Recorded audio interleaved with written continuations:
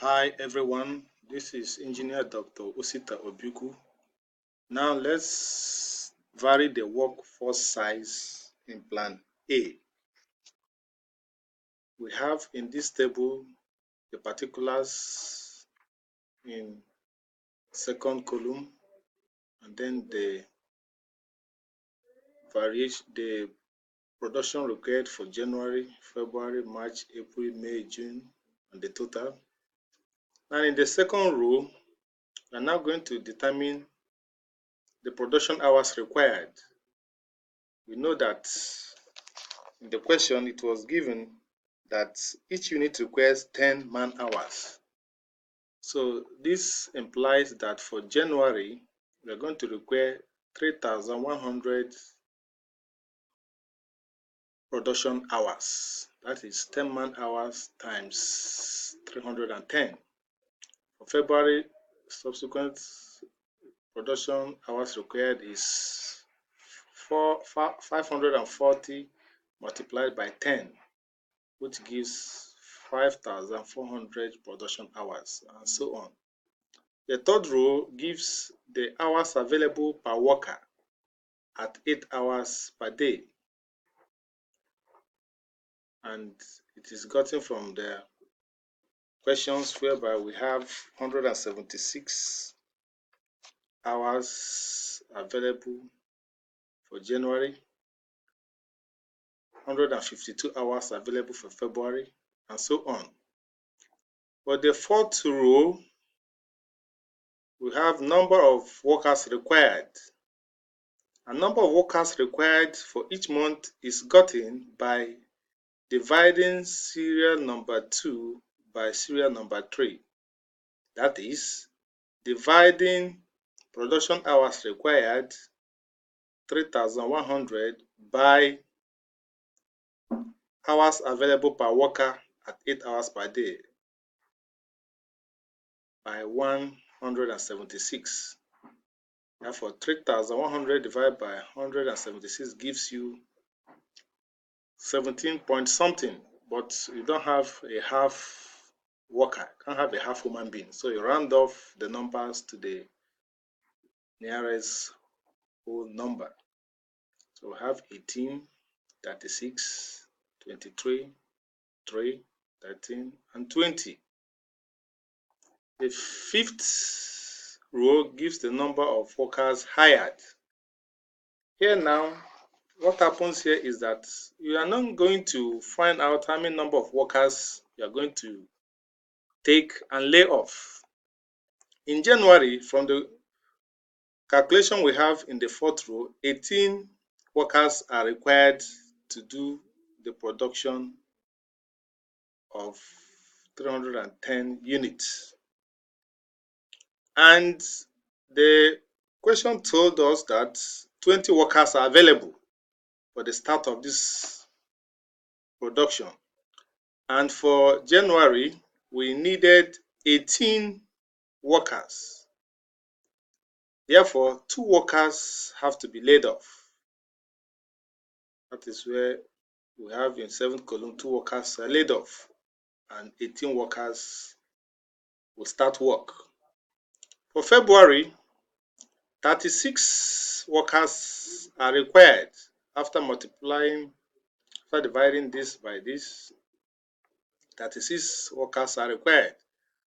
But fortunately, we have only 18 at hand, having laid off 2 workers. We have only 18 workers at hand. So 18 workers are available to start work in February, which means we have to hire 18 more workers to make up the 36 workers required.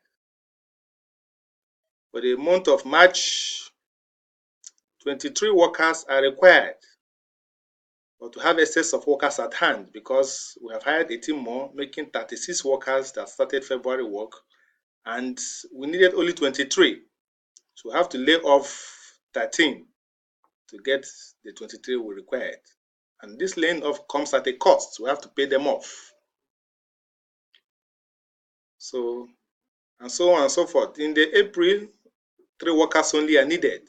but we started with 23 in March. So therefore, 20 workers have to be laid off so that only 3 can work. We have to pay off 20 workers and work with only 3. The month of May, 13 workers are needed, but we have laid off 20 and we have only 3 left. So we have to hire 10 more workers to make up this 13. And for June, 20 workers are needed. We have 10 at hand. We have 13 at hand. We have to hire 7 more to make up 20. So that is how we got this number of workers in these columns, and these blank spaces means none were hired. In the 6th row, the cost of hiring workers is serial number 5 times $300. The cost of hiring the workers is $300 per worker. So we have to multiply 18 by 300 to get $5,400, which is the cost, and 10 times $200 to get $3,000. 7 times 300 gets $2,100 to sum up $10,500, which is the total sum of hiring workers. Then laid off. Those that we laid off, we need to pay them off at a cost of $400 per worker. So 2 workers were laid off. We have to pay them for 400 naira at 800 naira total. In the month of March, 13 workers were laid off. Multiply by 400, we got $5,200. And in April, 20 workers were laid off. Pay each $400, we get this amount. So that at the end of the day, this is 8,000. We get 8,000, 20 times 400, this is 8,000. So at the sum of 800 plus 5,200 plus 800 gives you $14,000 for cost of laid off. Plan B. In Plan B, using overtime and idle time, this table shows how it's calculated. The first row, we have the production required. The second row, we have the production hours required. The third row, we have the hours available per worker per month, which is given. In the fourth row, we're going to have the number of hours available at 20 workers.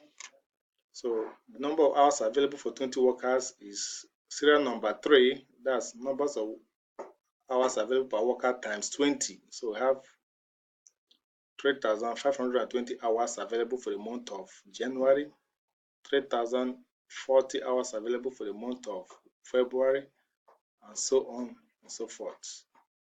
So number of overtime hours required is serial number 2 minus serial number 4.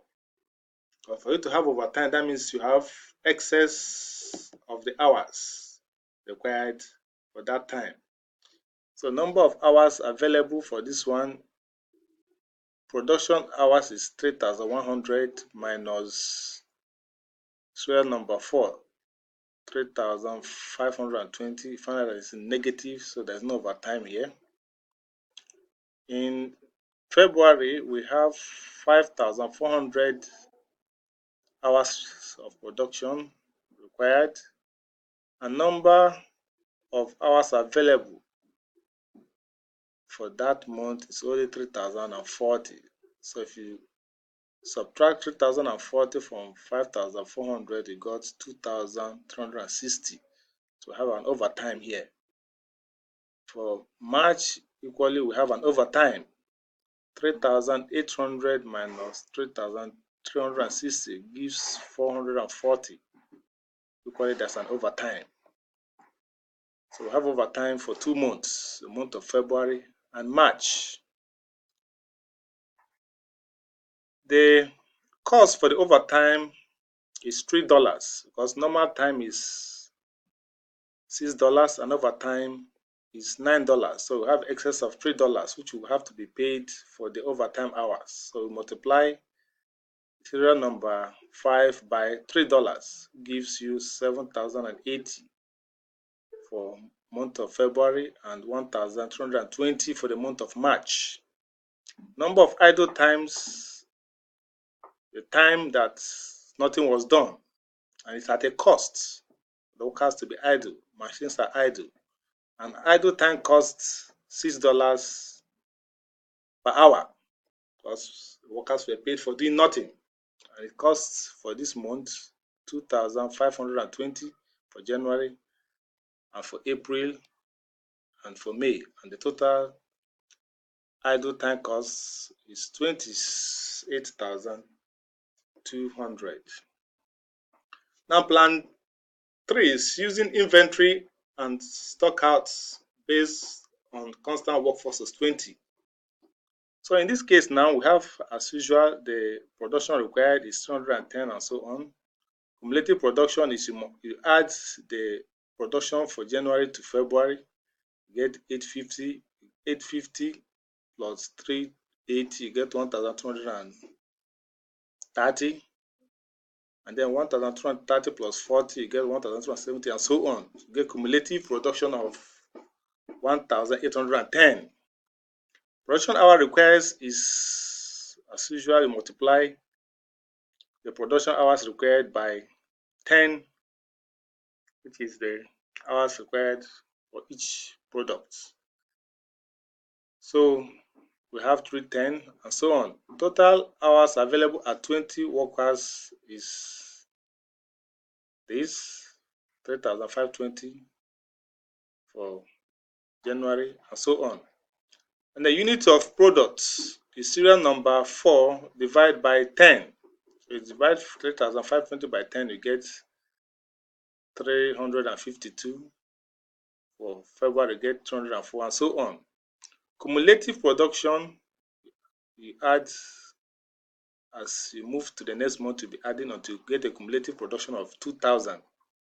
Unit short is serial number 3 times serial number 6. We have unit shorts of 194 and 236 for February and March. Stock out costs is the unit short times 20. That's the cost of outsourcing, buying it outside. So if you multiply 194 times 20, you get 3,880, and for March you get this. So for the row number 9, we have the excess units, which is serial number 6 minus serial number 2. You get 42 for January, there's none for February and March, and 58 for April, and 190 for May, and so on and so forth. So inventory costs is serial number 9, that is the excess units, which is 42, multiplied by $2. You get 84 for January, 116 for April, and 380, and the sum of the whole is 960. Now the cost for the 3 plans, at the end of the whole summation for each plans, you now find out the costs it has. So plan A, we have 2 costs: the hiring cost, which sums 10,500, plus the layoff cost, which is 14,000, you get 24,000. And then overtime, plan B, overtime cost and idle times gives you 36,600.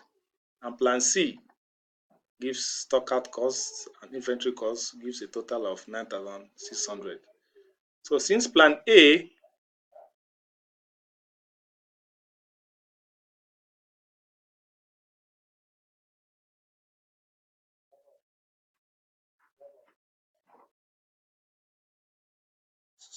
plan A and plan B has a higher cost than plan C, they are rejected.